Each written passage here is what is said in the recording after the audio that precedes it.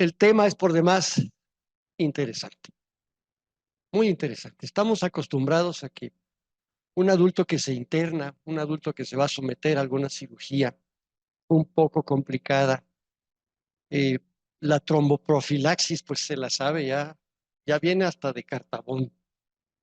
Y nosotros en pediatría, pues, qué interesante tema nos va a tratar la doctora Mara Núñez Toscano, formada aquí como pediatra, eh, que es hematóloga pediatra, pues nos va a dar precisamente este tema que suena como para adultos, pero la verdad es que en los niños es muy diferente. Bien sabemos que el recién nacido es el que menos necesita estas cosas, pero bueno, ya veremos. Doctora Núñez, un gusto, un honor siempre. Gracias. Muchas gracias por la invitación y a ustedes que estén acá. El día de hoy la realidad es que yo me dedico pues mucho a la coagulación. Es uno de los temas que más me interesa que muchos pediatras lo conozcan, porque ciertamente tenemos, creo que, cambiar un poco el concepto de la tromboprofilaxis en el niño, que si bien hace 10 años cuando yo hice hemato prácticamente uno no veía trombosis, ahora prácticamente la mitad de la visita puede ser paciente con trombosis, ¿no? Se me olvidó el señalador. ¿Me escuchan? No. Ok. Si tienen preguntas, pues pueden irmelas haciendo sin problema. Esta diapositiva a mí me interesa mucho que la conozcan porque son números objetivos de la trombosis en el niño de 10 años para acá. Antiguamente, prácticamente 0,7 niños de cada 10,000, de cada 100,000 niños se trombosaban. Ahora prácticamente son 50 por cada 100,000 admisiones en un hospital. Y esto es porque ha cambiado un poco la manera en cómo tratamos a los niños, los medicamentos. Afortunadamente, utilizamos e incrementamos la supervivencia en el niño, pero esto ha traído ciertamente complicaciones y una de ellas es la trombosis. Em, los medicamentos que utilizamos en las quimioterapias, en las unidades de cuidados intensivos, los catéteres venosos, etcétera. Todo eso ha traído que las complicaciones, la morbimortalidad, sobre todo acerca de la trombosis, pues se haya incrementado en el niño. Incluso existe un comité, existe una sociedad que se dedica únicamente a estudiar la hemostasia y la trombosis en el mundo, que es la que dicta lo que realmente uno hace y específicamente tiene una organización que se dedica al Día Mundial de la Trombosis, que es el 13 de octubre, en honor a Rudolf Virchow, y que trata de informar acerca de la trombosis en el mundo. Y específicamente este año incluyeron una sección de pediatría que me parece maravilloso, justamente por la preocupación que existe acerca de la difusión de este problema. ¿Okay? Hay algunas banderas rojas que yo quisiera que se llevaran a la casa, porque hay ciertamente ciertas entidades, ciertas patologías que nos dan mucho más riesgo de que un paciente se trombose o no. Una de ellas, pues, por supuesto, es el cáncer o cualquier condición inflamatoria del paciente, enfermedad intestinal, enfermedad renal, cardiopatía, eh, uso de algunos medicamentos como son los estrógenos, como son algunas quimioterapias como los esteroides, la asparaginasa, pero prácticamente todas las quimioterapias pueden ocasionarnos una trombosis. La ventilación mecánica, los días de estancia, que ahora vamos a ir viendo poco a poco el uso de catéteres, eh, y una enfermedad inflamatoria en general que ahora vamos a ir poco a poco viendo. Pero hay varios factores que podemos dividir como riesgo al paciente pediátrico específicamente me voy a referir.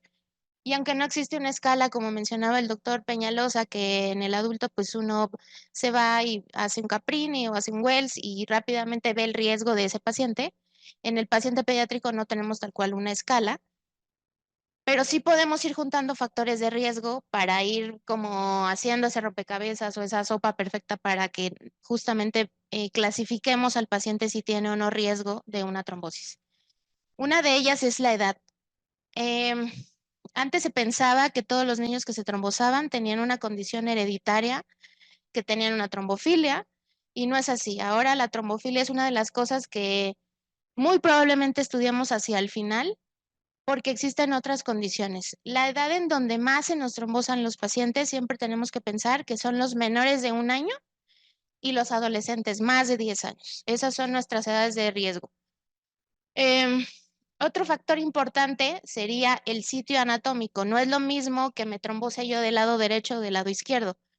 ¿Por qué? Porque hay algunas anomalías anatómicas que específicamente afectan el lado izquierdo. Si se me trombosa una pierna izquierda, tengo que ver que no tenga yo una anomalía que se llama May-Turner, en donde la aorta comprime la femoral y sí, se tiene que dar anticoagulación, pero también necesito ponerle un stent a ese paciente para que no siga trombosándose. Otro punto importante, si se me trombosa del lado izquierdo, extremidades superiores, tengo que pensar que puede ser un Payet Schroeder. Este no se debe a solo una anomalía específica, porque puede deberse a varias. Una costilla supernumeraria, estos pacientes que son muy fuertes y que hacen fútbol americano, por ejemplo, y que se les hace una gran masa muscular, la compresión del esternocleidomastoideo sobre la subclavia puede ocasionarnos una trombosis. Entonces, siempre que tengamos una trombosis del lado izquierdo, también tenemos que descartar una anomalía anatómica. ¿Ok? Otras son las condiciones asociadas al paciente. Una de ellas, por mucho, y la causa número uno de por qué se nos trombosa un paciente es el uso de catéteres. Ahora sabemos incluso qué tipo de catéteres y dónde se nos trombosan más.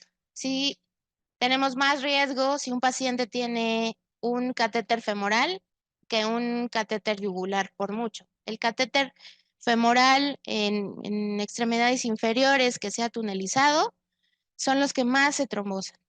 Entonces, de repente hay que crear ciertas estrategias para tratar de disminuir el número de trombosis que tenemos en nuestros pacientes. Otra condición importante es la hospitalización prolongada y eso se define como aquel paciente que puede permanecer en el hospital más de 3 días. Y cada día, después del tercer día, nos incrementa un 3% el riesgo de tener una trombosis. Otra, por supuesto, es que estemos en una unidad de terapia de cuidados intensivos, que lo hayan operado, una cirugía largas que se define como más de 6 horas, que tenga trauma, sobre todo en canal medular, en espinal, es un factor de riesgo de trombosis. La inmovilidad de más de 72 horas y las enfermedades relacionadas. Ya les decía, todas las condiciones inflamatorias que podamos estar relacionadas con el paciente, sobre todo infecciones y el uso de catéteres serían las dos condiciones que se pueden conjuntar y que hagan que el paciente tenga una trombosis. El cáncer per se, pues es una condición de estos, el que más riesgo tiene, pues es la leucemia, después linfoma, sarcoma y los tumores del sistema nervioso central. Una enfermedad cardíaca, los cardiópatas siempre tienen un punto aparte, un punto diferente, porque ellos per se tienen un riesgo protrombótico incrementado. Em, Otras condiciones importantes, los nefrópatas, sobre todo los que tengan síndrome nefrótico, porque acordémonos que pierden proteínas y los anticoagulantes naturales pues son proteínas y por ahí se nos van. Esta condición también pasa en la enfermedad inflamatoria intestinal y por eso es que tienen un mayor riesgo. Incluso ya se sabe cuántas veces tiene un paciente con enfermedad inflamatoria intestinal y tiene 8 veces más riesgo de tener una trombosis. Em, y el uso de medicamentos, la asparaginasa, por supuesto que es uno de los puntos claves que tenemos en la leucemia, el uso de esteroides y los estrógenos en algunos pacientes adolescentes. Incluso ahora, tal vez ustedes estén enfrentando un poco a este cambio que tenemos con los pacientes transgénero. Hay un comunicado por la Asociación Americana de Pediatría en cuanto al uso de estrógenos en el paciente transgénero. Hasta ahora no se ha visto que el paciente que es transgénero y que utiliza estrógenos pueda tener un riesgo incrementado. Sin embargo, tenemos pocos datos porque tenemos pocos pacientes hasta el momento, pero es una de las condiciones que tenemos que tener en cuenta y que tenemos que tener cuidado porque son pacientes que están siendo suplementados con hormonales. Este era como un repaso. Ahora, cuando ya tenemos una trombosis, pues ya es irrefutable que tenemos que tratar al paciente que tiene una trombosis. Hay condiciones en donde tenemos una causa asociada a lo que nosotros conocemos como una trombosis provocada, o sea, porque tenía un catéter o porque estaba infectado o porque le pusimos asparaginasa, pero de repente tenemos pacientes en los cuales no encontramos una condición asociada que nos explique el trombo. A ese se le llama una trombosis no provocada. Dependiendo de cómo esté definida esa trombosis, es el tiempo que nosotros vamos a tratar la trombosis. Si es provocada, al menos se dan 3 meses. Sin embargo, en el niño está cambiando un poco la tendencia a reducirla un poco a 8 semanas, si es que quitamos el factor de riesgo. O sea, si tiene un catéter y yo descubrí que tiene una trombosis, empecé manejo, pero antes de las 8 semanas ya está en su casa, está como si nada, en ese momento yo podría suspender la anticoagulación. Pero si ese niño sigue aquí, hospitalizado, infectado y demás, pues tiene que completar los 3 meses. Si no encuentro la causa, pues tendría yo que valorar si son 6 meses o 12 meses o incluso indefinidos. Si es que yo, por ejemplo, em, si encuentro que el paciente tiene lupus o tiene SAF o tiene una condición inmune, pues ese paciente tiene que estar anticoagulado de manera indefinida. Em, Ahora, quisiera que se llevaran también estos datos porque el tener una trombosis, y siempre trato esto de explicárselos un poco a los papás y a los residentes, pues la anticoagulación no es para quitar ese trombo. La anticoagulación lo que nos evita es que se extienda ese trombo, ¿no? La morbimortalidad por solo tener una trombosis es hasta del 15%, porque si yo tengo una trombosis femoral, pues puedo tener una trombosis, una tromboembolia pulmonar, o si tengo una cardíaca, puedo tener una cerebral. Entonces, sí tengo hasta un 15% de mortalidad ya que se instauró la trombosis. ¿Y qué pasa después de que tengo esa trombosis? Las complicaciones pueden ser mucho más difíciles de tratar incluso que la misma trombosis. A lo mejor ustedes han escuchado hablar del síndrome postrombótico, que es una condición en la cual tengo los mismos síntomas como si tuviera una trombosis, pero es como una consecuencia de ese trombo, es como una cicatriz que deja ese trombo en el sitio donde tuvo la trombosis. Si lo tuve en la pierna y no logré la recanalización de ese vaso, pues tengo mucho más riesgo, hasta el 30% de tener un síndrome postrombótico. Entonces, ¿qué le pasa al paciente? Va a tener igual inflamación, enrojecimiento, a veces se confunde con una nueva trombosis, incluso porque nos da la misma sintomatología y a veces esa sintomatología pues es mucho más difícil de tratar que la misma trombosis. Si yo logro recanalizar ese vaso, pues tengo mucho menos riesgo de tener un síndrome post-trombótico. Pero bueno, eso depende de dónde me haya dado la trombosis. Si tengo una trombosis cerebral, pues puedo tener hemiplegia, puede tener, si es renal, incluso puedo tener disfunción renal. Si es una tromboembolia pulmonar, puedo tener secuelas, quedar con oxígeno, en fin. Entonces, las consecuencias, la morbimortalidad de tener una trombosis, pues es lo que quiero un poco que tratemos de concientizar que hay que prevenir y que hay una manera de poder prevenir, ¿no? Y que explícitamente ya hay mucha información acerca de la tromboprofilaxis en el niño.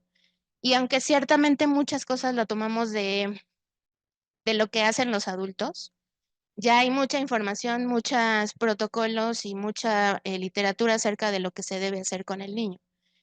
Antes o antiguamente lo que decíamos, bueno, pues si no le damos una una tromboprofilaxis farmacológica, bueno, hay que darse la mecánica con estas medias de compresión intermitente, que son las que realmente nos dan una tromboprofilaxis. Las medias que nos ponen para la cirugía, las TED, Kendall, blancas, no nos protegen, ¿no? Entonces, Si realmente nosotros queremos y tenemos alguna contraindicación para dar una tromboprofilaxis farmacológica, podríamos utilizar una tromboprofilaxis mecánica con estas medidas intermitentes y que incluso pues hay medidas para los niños, o sea, sí existe y sí lo podemos utilizar. ¿Ok? También tenemos la tromboprofilaxis farmacológica, en donde podemos utilizar heparina no fraccionada, heparina de bajo peso molecular, que la que más se ha utilizado en los niños es enoxaparina, pero bueno, tenemos otro tipo de heparinas, o los antagonistas de vitamina. ¿Ok? Entonces, este artículo a mí me gusta mucho mostrárselos porque fue uno de los primeros que surgió de información de qué hacer cuando un paciente tiene un catéter, si a todos les tengo que poner tromboprofilaxis o qué hago, ¿no? Tiene más de 10 años este artículo y hay mucha gente todavía renuente al utilizar tromboprofilaxis 10 años después, ¿no? Em, lo que hicieron fue dar heparina no fraccionada, heparina de bajo peso molecular, incluso utilizaban algunas cosas como nitroglicerina. Y lo que mostró en un inicio es que no todo el mundo utiliza tromboprofilaxis, porque lo que hicieron fue un metaanálisis, buscar toda la información que había, y lo que encontraron realmente fue que no todo el mundo utilizaba tromboprofilaxis. No es que a todos los niños que tienen catéter hay que ponerle tromboprofilaxis, pero hay ciertas especificaciones que ahora se las voy a dar, ¿no? Y que incluso estas preguntas que se hicieron en el 2016 a expertos en Norteamérica acerca de cómo hacían la tromboprofilaxis allá, lo hicieron en 200, en una de cada 200 hospitalizados en el 2016, estimaban desarrollaba una trombosis. Entonces empezaron a hacer preguntas acerca de cómo los expertos en Norteamérica hacían tromboprofilaxis y les hicieron estas preguntas, ¿no? Les pusieron casos típicos y les contestaban si sí ponían tromboprofilaxis, qué tipo de tromboprofilaxis o si no utilizaban tromboprofilaxis.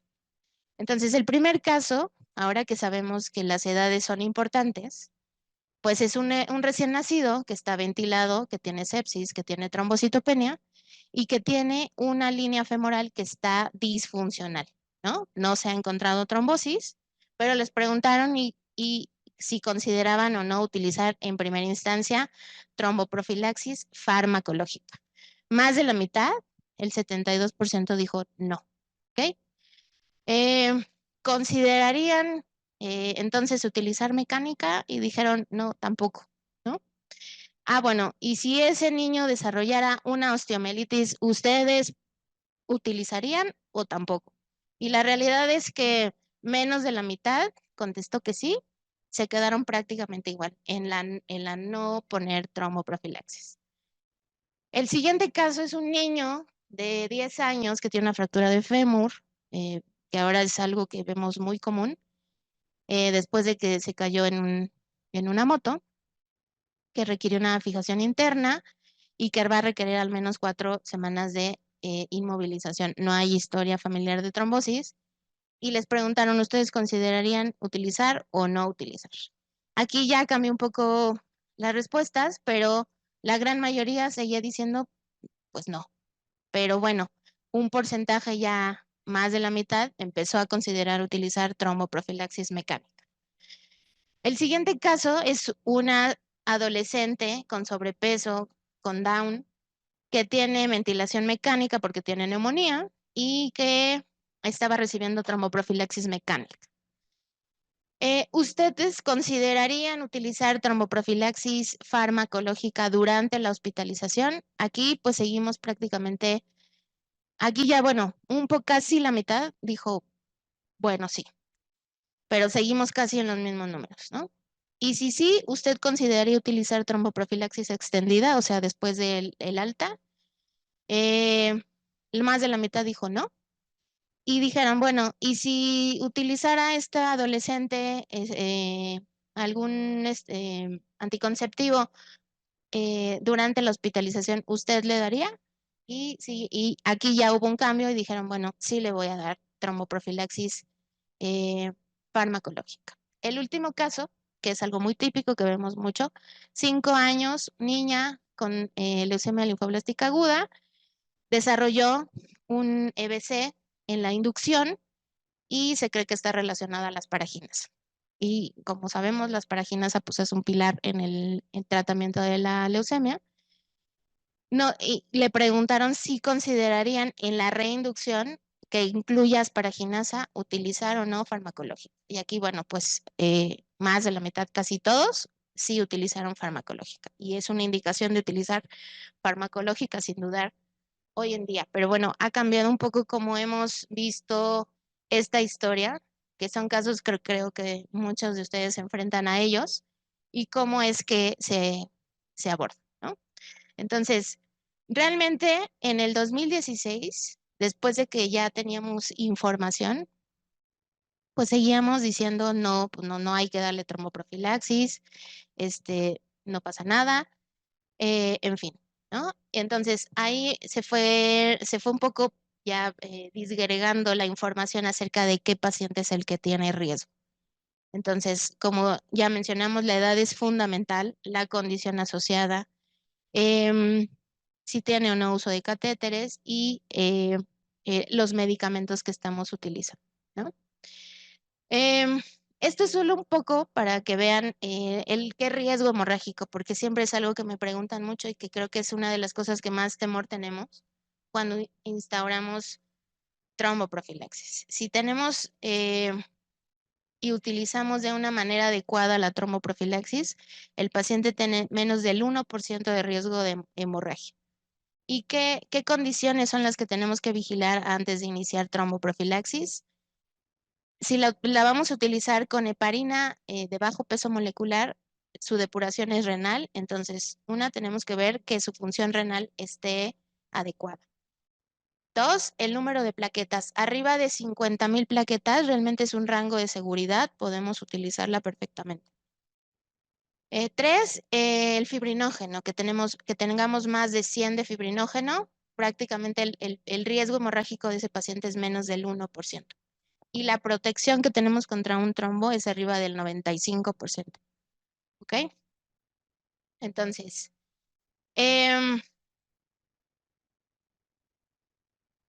ahora, ¿qué otras medidas también podemos utilizar aparte de la tromboprofilaxis mecánica o farmacológica?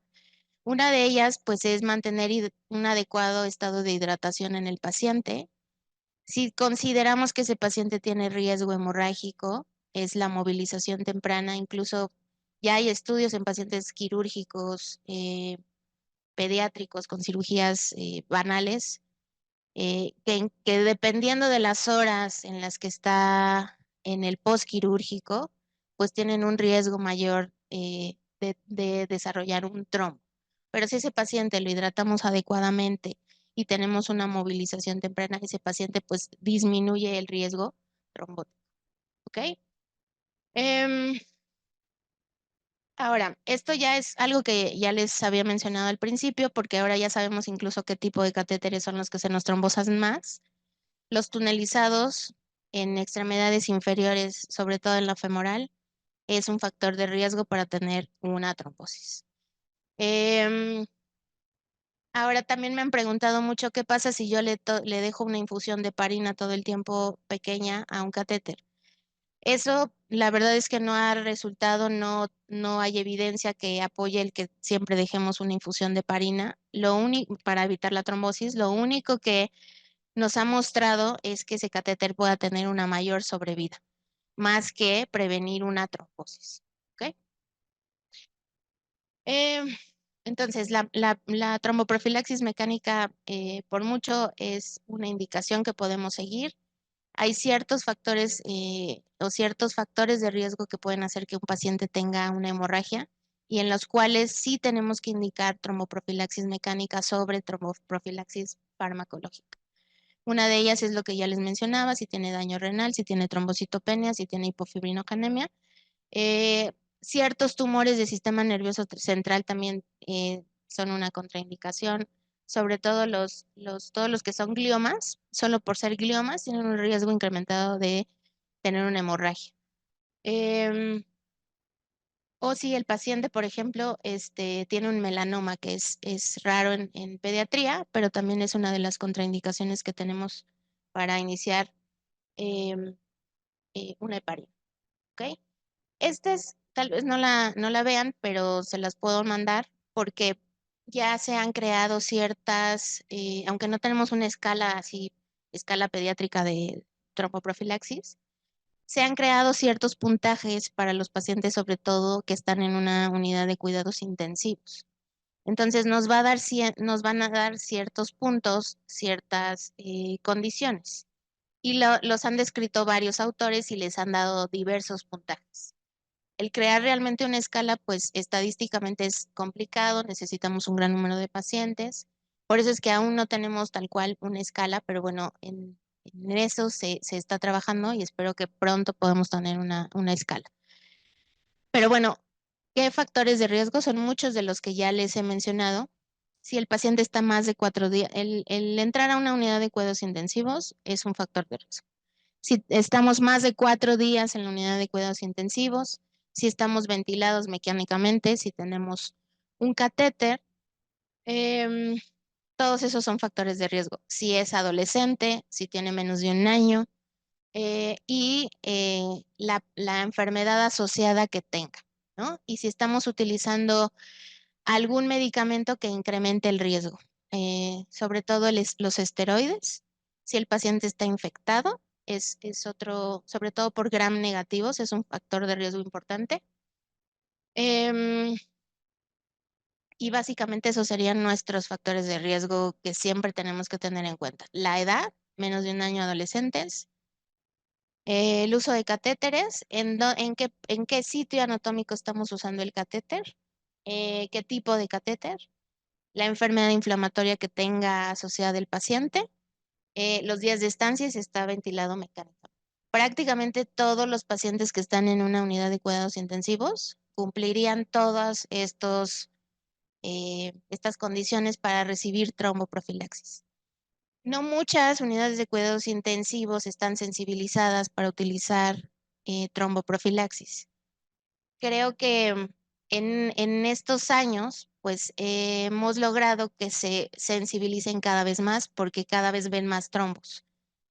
Y el que tengamos también un trombo incidental, y a eso me refiero cuando el paciente no tiene síntomas y le hago un eco o le hago un ultrasonido por cualquier razón y veo que tiene un trombo, ¿qué hago? ¿Lo trato o no lo trato? ¿No? Siempre hay que tratar un trombo porque tengo el riesgo hasta del 30% de que ese trombo se me extienda. Entonces, em, creo que se han sensibilizado mucho las unidades de terapia intensiva, los urgenciólogos, incluso los ortopedistas. Ahora a mí tengo un poco más de comunicación con ellos. Me sorprende que ellos mismos nos solicitan la valoración para inicio de tromboprofilaxis, porque ya hemos visto complicaciones importantes, tromboembolias, en fin. Entonces, esos factores de riesgo son los que yo quisiera que se llevaran a la casa.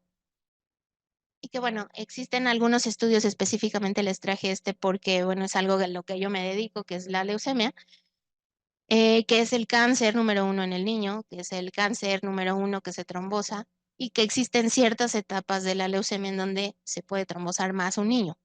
Y una de ellas, pues, es la inducción. ¿Por qué? Porque generalmente tenemos una carga tumoral específica, porque ya se sabe ahora que si la leucemia es T, si es niño, o sea, si es varón, si tiene más de 10 años, si tiene más de 50,000 leucos, son factores de riesgo para tener una trombosis.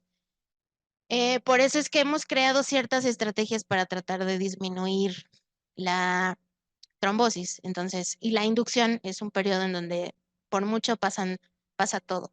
Más riesgo de mortalidad, más riesgo de infección, más riesgo de trombosis. Entonces, si decidimos colocar un catéter en un paciente con leucemia, tratamos de no hacerlo en la inducción. Tratamos de hacerlo ya que llegó a la consolidación para disminuir ese riesgo trombótico. Nosotros en general en el INP no colocamos a todos un catéter puerto, antes porque no teníamos del todo muchos recursos, pero realmente es que no todos los niños lo necesitan. Los chiquitos generalmente de menos de 4 o 5 años sí lo necesitan porque están o muy gorditos o son difíciles de picar, pero tratamos de no hacerlo en estos periodos de riesgo. ¿Ok? Esto creo que ya se los había enseñado. Ahora, a lo mejor ustedes también han escuchado estos anticoagulantes orales directos, que se les llamaba nuevos, pero bueno, en realidad ya no son tan nuevos porque ya tienen al menos 20 años. Pero sí estamos apenas tratando a los niños con algún DOAC y que necesita tromboprofilaxis o que necesitamos tratar una trombosis. Y apenas estamos iniciando es que no tenemos tanta información como en el adulto. Lo que sí sabemos es que, por ejemplo, bueno, en cuanto a estos anticoagulantes orales directos, me refiero a Rivaroxaban, Apixaban y Dabigatran. Hay otros que se llama Edoxaban, Betrixaban y van a salir algunos otros. Son mucho más fáciles de manejar ciertamente porque no necesitamos controlarles el INR como un antagonista de vitamina K. Son como 10 veces más caros que una caja de warfarina. Una caja de Rivaroxaban puede costar 2,000 pesos y te dura un mes, y una de warfarina pues te durará 3 meses y cuesta 100 pesos, ¿no? Entonces el costo también es algo que no nos ha permitido tanto tratar a los niños con esto. Em, pero sí ya tenemos algunas indicaciones, sobre todo con Rivaroxaban, por ejemplo, lo utilizamos en niños cardiópatas o se está tratando de utilizar en algunos niños con Kawasaki. Em, no resultó la estrategia como en el adulto, que es de una vez al día y que resultaba muy fácil tomarlo. En el niño, desafortunadamente, la biodisponibilidad del medicamento pues nos hace que lo tengamos que tomar dependiendo de la edad hasta cada 8 horas, o sea, 3 veces al día. Entonces, esta estrategia que teníamos de solamente una vez al día, pues en el niño no funciona. En este tipo de medicamentos sí tenemos que tener cuidado con función renal y hepática. Dabigatran está autorizado para utilizarse en tromboprofilaxis secundaria, que es un niño que ya tuvo una trombosis y que por alguna razón no se necesita estar hospitalizado nuevamente, necesita un catéter nuevamente. A eso le llamamos tromboprofilaxis secundaria. Alguien que ya tuvo una trombosis y todos los que tengan una trombosis necesitan recibir tromboprofilaxis en situaciones protrombóticas. ¿Ok? Apixaban, por ejemplo, que es uno de los que menos manifestaciones hemorrágicas nos ha mostrado, se está intentando utilizar más en niños con cáncer. Por ahí ya tenemos un estudio que se llama Saxofón, que lo que hicieron fueron dar Apixaban en inducción, les colocaron a todos un catéter, más o menos que uno que no recibía nada. Con Apixaban al menos no resultó tener una mejoría en cuanto a no dar nada o dar Apixaban en un niño con leucemia en inducción. Entonces, por ahora, la recomendación no es que a todos los niños que tengan un catéter con inducción, en inducción, por ejemplo, pues necesiten tromboprofilaxis. Pero si es un niño, es un poco lo que les decía, no es, incluso ayer, es que nos mandan una interconsulta porque tiene un dímero D alto. Es que no es un dímero D alto, es un dímero D más un niño que está en la UTI, más un catéter, más infección. O sea, es una serie de factores que se van incrementando. El dímero D per se no es una indicación de dar tromboprofilaxis, porque si yo me pego, si yo tengo fiebre, si sangro, pues el dímero D se me va a elevar. Entonces, per se el dímero D no es una indicación, pero si tengo factores asociados agregados, pues ese dímero D se vuelve un factor más y me dice que ese niño está inflamado, que está formando fibrina, finalmente, ¿no? Em, entonces, ciertamente ya existe incluso consensos acerca de qué niños específicamente, por ejemplo, los ortopedistas, que creo que son una de las secciones que más están sensibilizadas, en un centro de trauma pediátrico, prácticamente el instaurar tromboprofilaxis disminuyó drásticamente el que ellos vieran trombosis asociada a la inmovilización y a la cirugía y a esto, ¿no? Por eso creo que es una de las partes de la medicina que está más sensibilizada, los ortopedistas, ¿no? Em, entonces, em, bueno, esto voy a omitirlo porque es un poco lo que ya les había yo dicho. Em, ¿Qué es lo que actualmente se recomienda en un paciente? ¿A quién instaurar o quién sería el paciente ideal para ponerle tromboprofilaxis? Sería un niño que va en estas edades, menos de un año o más de 10, que está en una unidad de cuidados intensivos, que tiene un catéter, que está infectado, o que tiene una enfermedad inflamatoria asociada que ustedes quieran, cáncer, renal, cardiópata, intestinal, una condición que per se lo inflame, ese sería el paciente ideal para recibir o que esté inmovilizado o que esté utilizando ciertos medicamentos, ese sería el paciente ideal para recibir tromboprofilaxis, ¿no? Em, Ahora, en este momento la trombo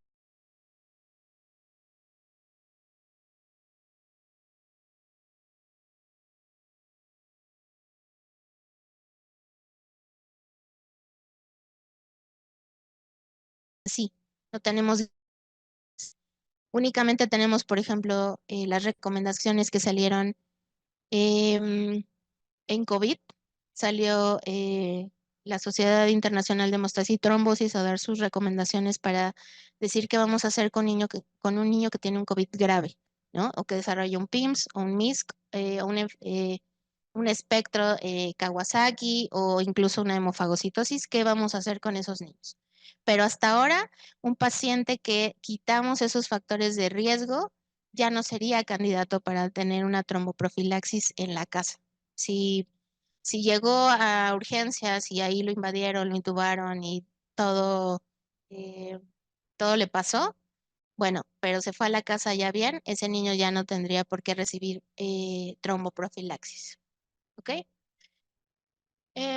Bueno, este artículo es de enfermedad inflamatoria, es el que les decía que nos dice ya per se tener enfermedad inflamatoria intestinal, CUSI o Crohn nos da 8 veces más riesgo de tener una trombosis, ¿ok? Y prácticamente estos niños tienen que estar con tromboprofilaxis, ¿no? Em, este es un poco lo que les platicaba acerca de los pacientes que fueron sometidos a cirugía general. ¿Y qué factores de riesgo encontraron? Los factores de riesgo era que estuvieran deshidratados, o que la cirugía durara más de 6 horas, o que lo transfundieran mucho. Y a esto me refiero, hay escalas específicas para decir, pues a quién sangró mucho, a quién sangró más. Una pérdida sanguínea de más de 2 gramos de hemoglobina en una cavidad cerrada, eso se define como un sangrado mayor. Entonces, un paciente que tiene un sangrado mayor, que estuvo más de 6 horas, que necesitamos transfundirlo, que estaba deshidratado, pues sería un paciente que sería un candidato a recibir tromboprofilaxis. Em, ¿Qué más? Esto ya se los conté un poco. Eh,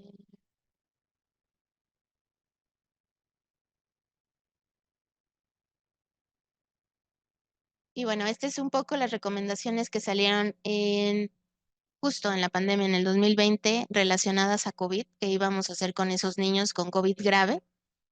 Todos los pacientes que tuvieran COVID grave, y eso me refiero a que tuvieran que estar hospitalizados, porque como ustedes lo vivieron y nosotros lo vivimos, el paciente con COVID en el pediátrico no era pulmonar, era prácticamente una enfermedad sistémica en donde teníamos inflamación del corazón, del pulmón, del riñón.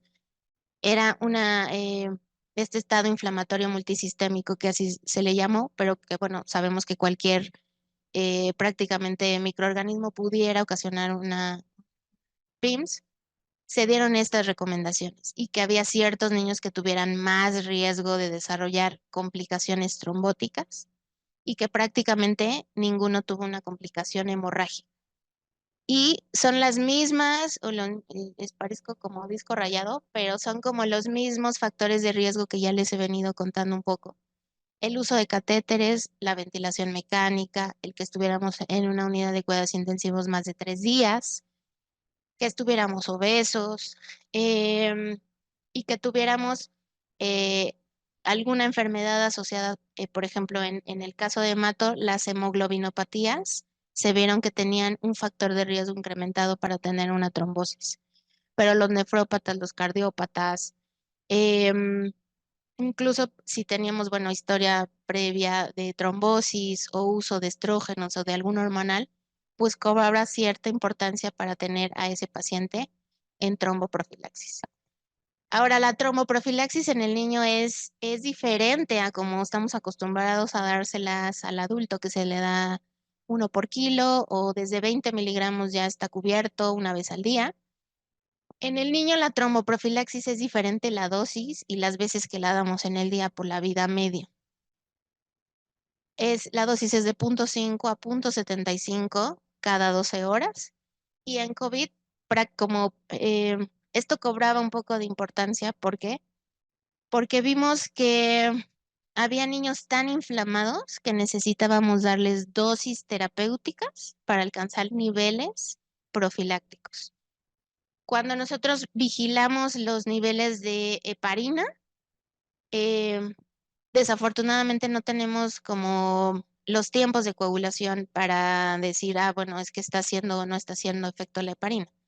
Necesitamos pedir un nivel específico de heparina en plasma, que muchos lo conocen como nivel anti-10A activado. No es el factor 10, que de repente también, si pedimos factor 10, me van a medir factor 10. Es factor 10, el anti-10, que el término correcto es niveles plasmáticos de heparina y que hay pacientes tan inflamados, esto lo vimos mucho en el COVID, que necesitaban dosis terapéuticas para alcanzar apenas niveles profilácticos en el paciente. Entonces, por eso en el paciente pediátrico es una de las indicaciones que está perfectamente descrita, que tenemos que medir los niveles del medicamento que estamos dando, ¿no?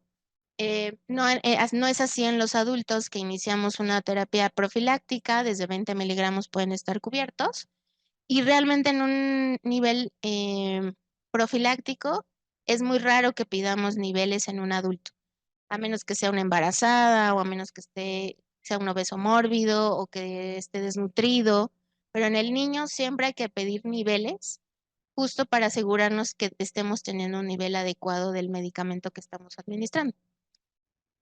Em, y las precauciones que nos pidieron tener, pues son las mismas que les había comentado.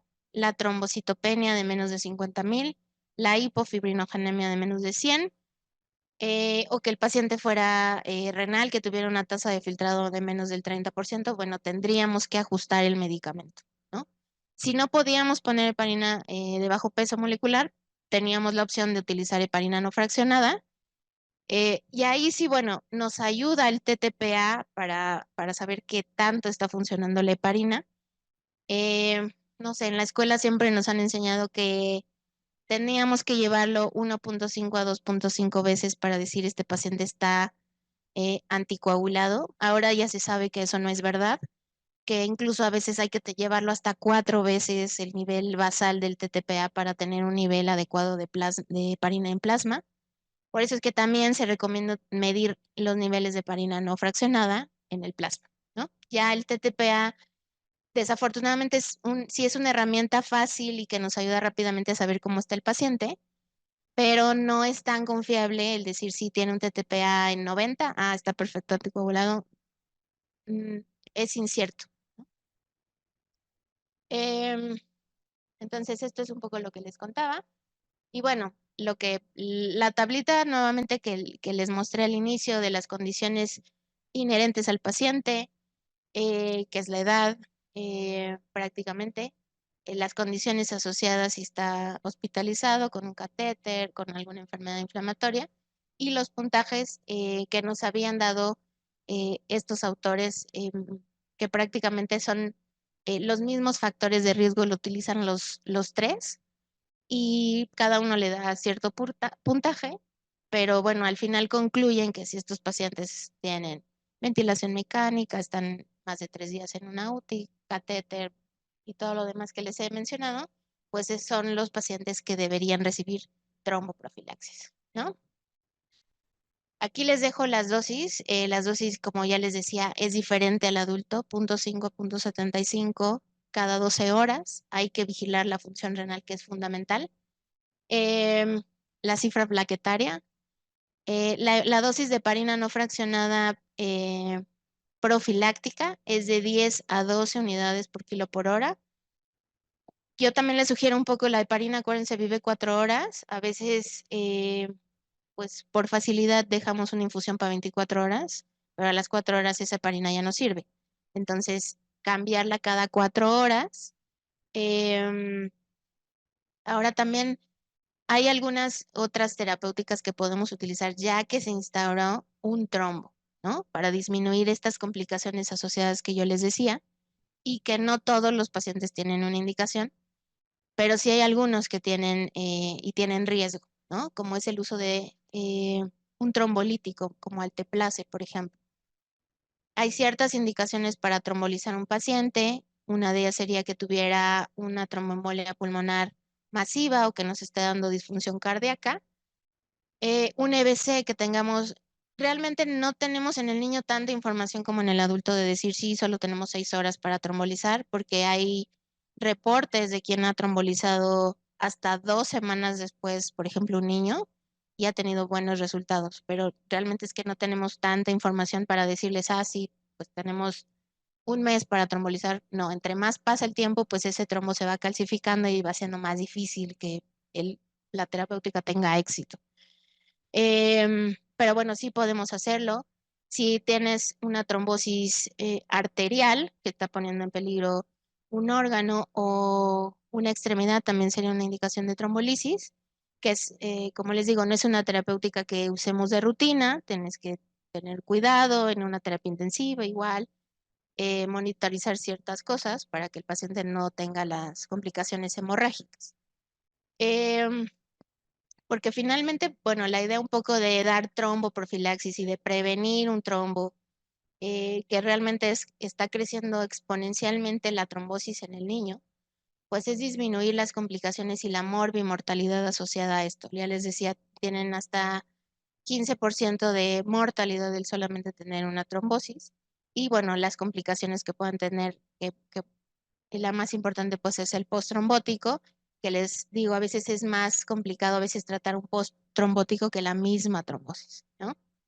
Em, y creo que bueno, esto es prevenible, es tener en mente siempre esos factores de riesgo, em, que ahora bueno, ya conocemos mucho de lo que pueda estar asociado en el niño, que si bien es cierto, ahora hemos aumentado la sobrevida del paciente pediátrico al invadirlo, al utilizar más medicamentos, catéteres y demás. Bueno, hemos sufrido estas complicaciones, pero creo que el prevenirlo siempre es posible y sobre todo la trombosis es la causa número 1 de mortalidad en el mundo prevenible, eso se sabe. Y creo que podemos nosotros en cada uno de nuestros pacientes hospitalizados prevenir el que puedan tener una trombosis, ¿no? Esa era un poco la intención de mostrarles los factores de riesgo y que podemos utilizar una tromboprofilaxis de manera segura, con un riesgo hemorrágico prácticamente bajo, siempre y cuando, bueno, tengamos estas condiciones y vigilemos. Sí podemos poner tromboprofilaxis, por ejemplo, en un niño con daño renal, sí, sí podemos con un paciente trombocitopénico también. O sea, tenemos que tener ciertas medidas, pero bueno, si nosotros cuidamos esos puntos, pues el riesgo hemorrágico va a disminuir eh, exponencialmente, ¿no? Y bueno, si tienen preguntas, comentarios o algo, pues estaré gustosa de